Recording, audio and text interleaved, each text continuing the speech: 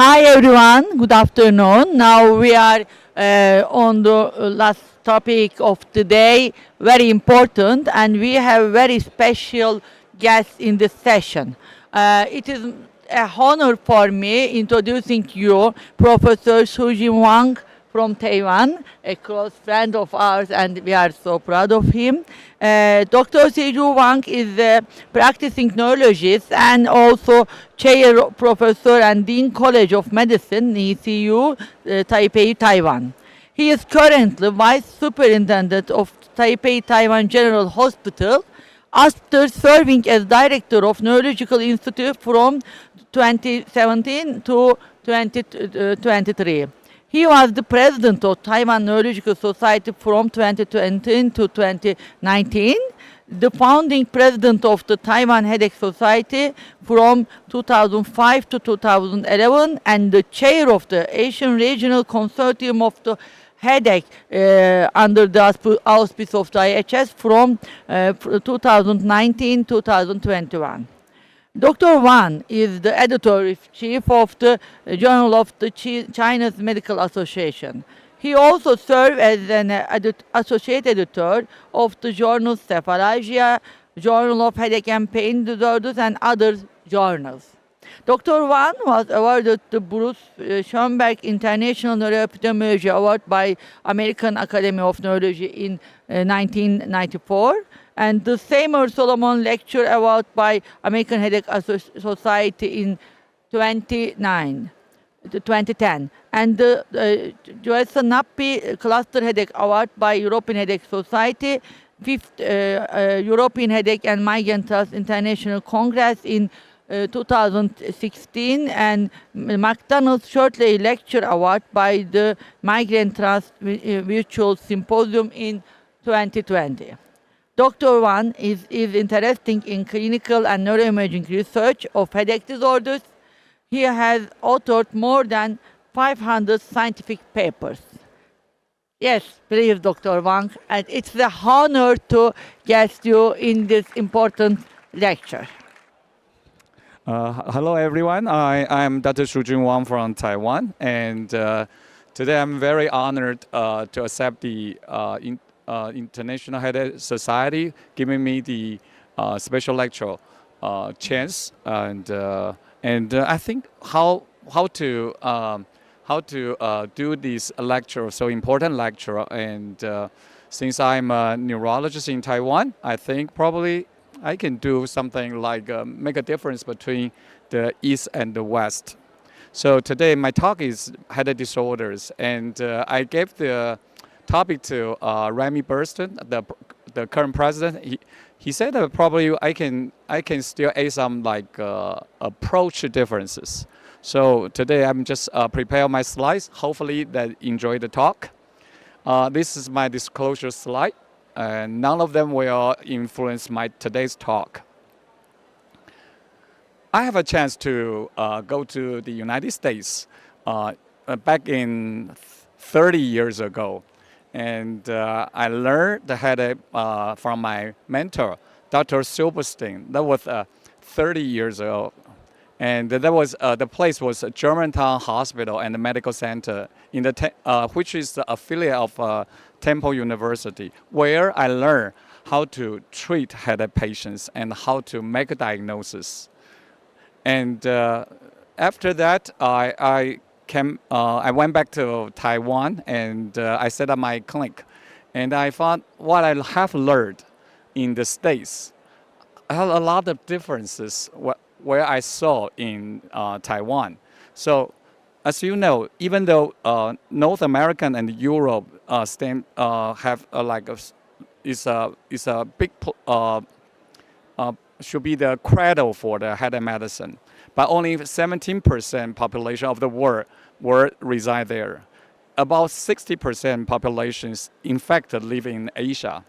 So today, my talk is trying to make the differences and to let people know what is the so-called the Asia and the difference from the Europe and the North American.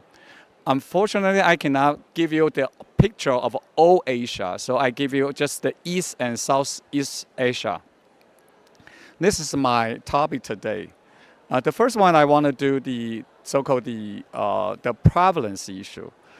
Before I entered this field, I was told by my teachers in Taiwan. They say that Asians like Taiwanese do not have migraine, or their migraine are really low. That's because the study you see the study done in China is before the publication of the criteria 1988 is only 0.6% compared to the current at that time in the Europe and the Europe, you see that this is about like 20 times. So we people do not have migraine, so we are not suffering, right? But even after the ICHD one, that's 1988, there's a study done in Hong Kong also show just 1.5%, which is about 1/10 as compared the previous publication in migraine prevalence in the Western population. Luckily, after the ICHD one, we did so many studies in this region, and we come up with about 420 million population in the Asian Pacific region with migraine diagnosis. But if you compare, on the right-hand side will be the West society. On the left-hand side will be the Asia. You still can see the differences. The East population is still lower than those in the West population. How about the migraine phenotypes? If you see the migraine with aura, in our patients, migraine with aura usually accounted for 10%, no more. But on the right-hand side, you can see the West population. The Western population, you see the migraine with aura proportion is about 30%, even up to 40%. And the one thing is also very intriguing is the photophobia in Asia is usually lower. In our society, usually 50 to 60%, but compared to the West is about 80 to 90%. Why? Because probably we have dark eyes. Our eyes are dark brown. I don't know the real underlying cause. But if you see the patients on the streets, the European people, they usually wear sunglasses. But in Japan, Taiwan, we don't usually wear sunglasses. So I think we are not that photophobia, just in daily life. So this is is very different.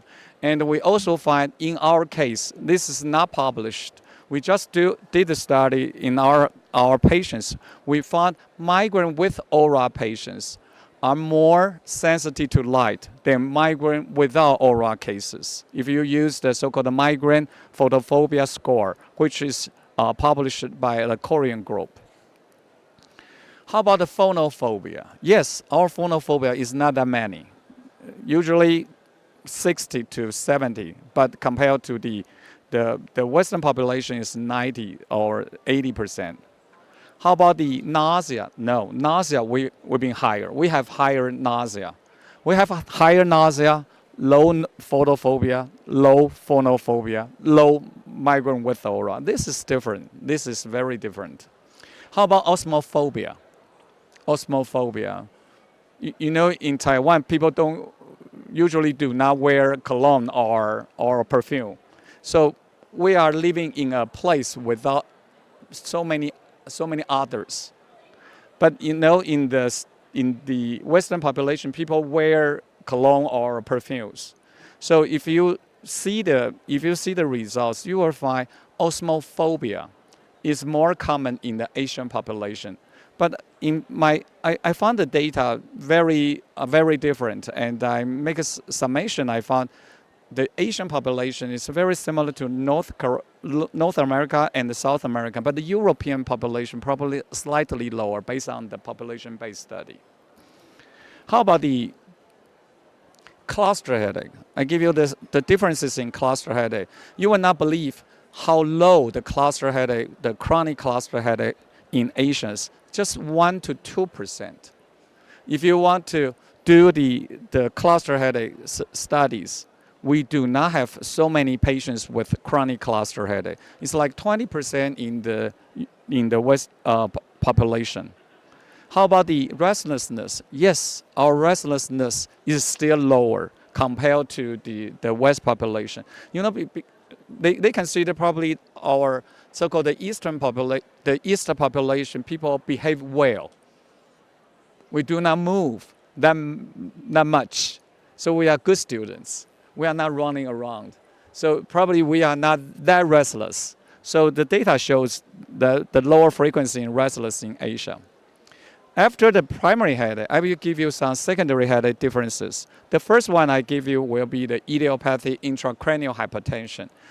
Compare the size, you know the disease is more common in those with obese women in childbearing ages.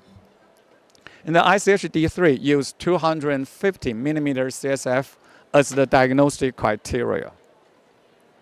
But compared to the Western population, on the left-hand side, you see the Asian Pacific and Japan, which is like 10 or 30% lower with this kind of disease. When I was in the States with Dr. Silverstein, I learned to do lumbar puncture to almost every patient to diagnose IIH. But in Taiwan, when I was back, I do one patient, normal, second patient, normal, third patient, normal. I stopped doing it. You do lumbar puncture to your headache patients, just flawless. You cannot find IIH that common because we have a lower BMI. Even though the recent publications in Korea and Taiwan, the patient's diagnosis with IIH, our CSF pressure are lower. You see the 280 versus 340. And probably the diagnostic criteria has to be modified because we do see patients with 200 to 250 millimeter CSF in 40 patients with IIH. They still have some migraine features, papillary edema, MI features, and the visual field defect. So for the diagnostic criteria, probably modification in certain group of population is important. How about high pressure headache? Probably we have more low pressure headache. No, our low pressure headache is very similar, but the diagnosis classification based on by Dr. Shuu-Jiun, he mentioned the Duratel is about 26. The meningeal diverticulum is about 40%. And there's a new one, it's called direct CSF, and venous fistula is about 2%. It's like a 42% most common diagnosis category by Dr. Shuu-Jiun in the United States is meningeal diverticulum. Do you know what's the percentage in Taiwan with meningeal diverticulum? It's only 2 to 6%. 2 to 6%. It's like a 20% differences. So I would say if you do see the patients, you have to see different patients, different for at least with a reasonable size to make the diagnosis and to understand the difference. The second difference is the treatment. If you know that if you want to treat the patients with so-called the low pressure headache, spontaneous intracranial hypotension, you like to do epidural blood patch. And usually you finish 2 epidural blood patch, you will consider the patient is refractory. Then you send to the neurosurgeon to do the Duratel repellment. But in Taiwan, we do 4 times. We do 4 times. And ended up, we only send patients 0.2% for neurosurgical treatments. This is in very big contrast in the treatments. How about the reversible cerebral vasoconstriction syndrome? This is a vasoconstriction with severe headache, like a thunderclap headache. And on the left-hand side, you see the European people with the complications. On the right-hand side, you see the Asian population. If you see the so-called if you see the,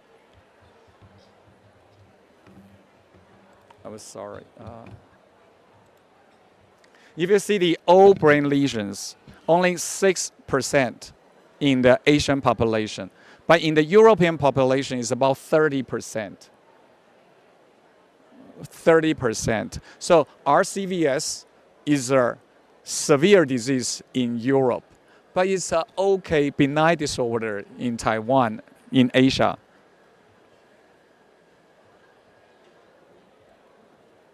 How about the potential causes? Latitude. I show you the latitude. If you use the latitude and the prevalence of migraine, you will see a very beautiful correlation. The regression line, the R value is 0.7. But you have to remember, Taiwan, China, Malaysia, Singapore are in the lower latitude area. And the United States, Netherlands, UK is a high latitude countries. How about the cluster headache? Cluster headache, if you see the red dots, are from the Western population. If you see the blue dots is from the East population. And you can see they're still very good. The lower the latitude, the better the headache. But I'm not sure if the lower the latitude, because the lower the latitude usually come from the Asian populations. So probably the difference is from gene. There are several studies done for the GWAS studies, mostly in the European population. And we also did some studies in Asia. You can see on the right-hand side, the lower part. And we do find some, like for migraine, we do find some the allele, the important allele like TRPMA, LRP1, and for cluster headache, at the bottom you will see the MERTK is overlapping from the east and the west, and we do find some new novel genes. If you see this on the right-hand side, you will see the LRP1, TRPM8. That's overlapping from the European and Asian populations. On the left-hand side will be the new genes or specific genes specific for Taiwan. And this is a very interesting study published several years ago. They found the TRPMA allele frequencies for the TRPMA, the T, the so-called genes SMPT, and you will find they are related to latitude. The Finland, they have the highest the TRPMA, and the China, Japan, with the very similar but lower frequencies. This is correlated with latitude and migraine prevalence. This also is a cluster headache, but I do not know MERTK has the same or not the same issue as the TRPM8, because you see the MERTK, which are existing both in the Asian population and European populations. But the European, you can find the specific one is WNT2, and for Taiwan, we found the CAPN2. There are differences. So we have some similar and some dissimilar the migraine genes. I will show you another interesting point. We wrote a paper on the CADASO. The patients with CADASO in Taiwan do not have migraine with aura increase. We hardly get the paper to get published. We wrote a paper to journal, and they give us a hard time, like 20 to 30 questions to answer. Because we thought, even though they have the similar white matter hyperintensities, just like your right-hand side, you can see the migraine with aura is like 50% in the European population. It's only 10% in Taiwanese population. And we find if you have the catalyst or not, the data is the same. And this is not only in Taiwan, but in the southern China and also Jeju Island in Korea. We have the similar things. And we find the gene is R544C. This gene is responsible for the catalyst in the Asian populations, but not related to migraine with aura or migraine without aura. You can see this gene is not that uncommon. It's about 0.9%, meaning probably our society have many minor stroke.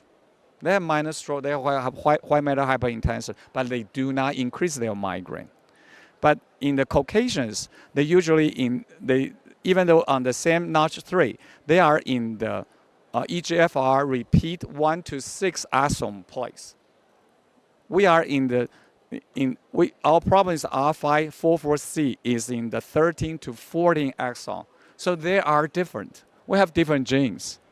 Even though we are talking about catalyst, the same disease, we are talking about different genes and ended up not with the same phenotypes. How about the clinical applications, the clinical approaches?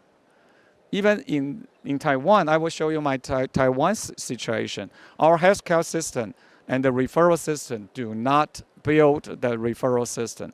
So people go to see the doctors. Even though in the secondary or tertiary centers, we have very low copay. It's like less than 35 US dollars. And we have extensive coverage, including the Botox and the CGRP, but with restrictions. The patients do not need referral to see headache clinic in the tertiary center. So patients are really free to choose any healthcare facility. In the United States, this is called all-purpose insurance. You have to pay a lot of money to buy such an insurance. Only 4% population get the referral sheet to go to the tertiary centers. So it comes up like this. The West population, they see the patients with primary care with a GP, neurologist, tertiary, secondary, and the tertiary with headache specialists. But on the east on our society, we use neurologists, and neurologists with headache interest to see all the patients. So if you see as the neurologist, you see very similar patients from the primary care to the tertiary care center, not like the West society. The patients in headache with headache in Taiwan, the neurologist is our primary care physician, the gatekeeper. But you have to see many patients, up to 40 in a clinic, and the patients are with a full spectrum from the primary, secondary, and from the very low frequency to very high frequency. But because of the time, patients' visit is very short and frequent. However, the citizens in Taiwan, the general public, is very satisfied with such arrangement. The second thing is in Taiwan, we found that complementary and alternative medicine are very popular. We find 90% of patients use traditional herbal medicine, and 24% they use them just for migraine. And also 23% of Taiwanese use acupuncture. So I have to say something about the approach. About 40% in my clinic, they still use traditional Chinese medicine, from herbal medicine, acupuncture, and also massage. Maybe they can play Tai Chi. These are their these are our patients when they are treating their headache. So I have to say that 33% they use herbal medication, and 18% of them use acupuncture. In overall, it's about 40%. They are using so-called Chinese medicine. So you might consider probably the so-called the medications. People use the medications in the late or incredible stage. It is not true. If you see the age, the 30% of them use the Chinese the Chinese medicine since less than age 20. And acupuncture, probably they use it because of the pain. They use a little later. But more severe patients do use more complementary treatments. So how the traditional Chinese medicine treat the migraine? They have to differentiate the syndrome. They inquire the patients, they observe the patient, the complexion, and also the tongue coating. They ask you to protrude the tongue, and they do the pulsation, and they make a diagnosis to differentiate the syndromes. They make the syndromes like blood circulation disorder, blood stasis, the liver yang, so-called the liver is hyperactivity, and also the deficiency. And with different kinds of syndromes, they use different treatments. Like if you have blood circulation disorder, consider that you use so-called the Chuanqiong. They use, if you find the liver is hyperactivity, use Tianma or Goten. So there's a theories underlying, and the people agree with it. So the commonly perceived benefits of Chinese herbal medicine is they treat both symptoms and root causes, and it's overall adjustment. People very satisfied, and you still can based on the syndrome definition with individual treatments plan. And sometimes the patients use the Western medicine and the Chinese medicine at the same time. This is acupuncture. I just show you. I was using the acupuncture by myself, not for my headache, just by showing you how to use the acupuncture, not only over the head, but also over the limbs. How to do the implications? We try to solve the problems. We see different patients, and we have collaborative studies, Italy, France, Korea, and Taiwan. And we ended up collecting more than 1,000 cases. And the results showing just the same. The Western population, the European group, they do have more severe and poor outcome if they have RCVS. And also we found our probable migraine probably more common, and we try to understand if osmophobia aiding to the diagnosis can help. And we use the ICHD2 appendix, and we find we can increase the diagnosis. If the patient's most burdensome symptoms, which are the associated symptoms, are different, the co-primary endpoint in 2018 has to be related to the most burdensome symptoms. So what's the difference? I would let you know. The photophobia is the most common in the Western population. You see on the right-hand side with the light blue. But in the left-hand side, you can see the East population, the nausea is the most common. Do they ended up different things? Yes, for the rimagepants, probably the headaches is very similar. But for the most bothersome symptoms is more higher efficacy and the placebo in the East population. Probably different MBS, most bothersome symptoms do have some influence. But for the episodic migraine with monoclonal antibodies, no change. Very similar, East and West. And for the chronic migraine, no differences, East and West. So even though our migraine guidelines are very similar to all over the world, like we use the new medications and for chronic migraine and episodic migraine.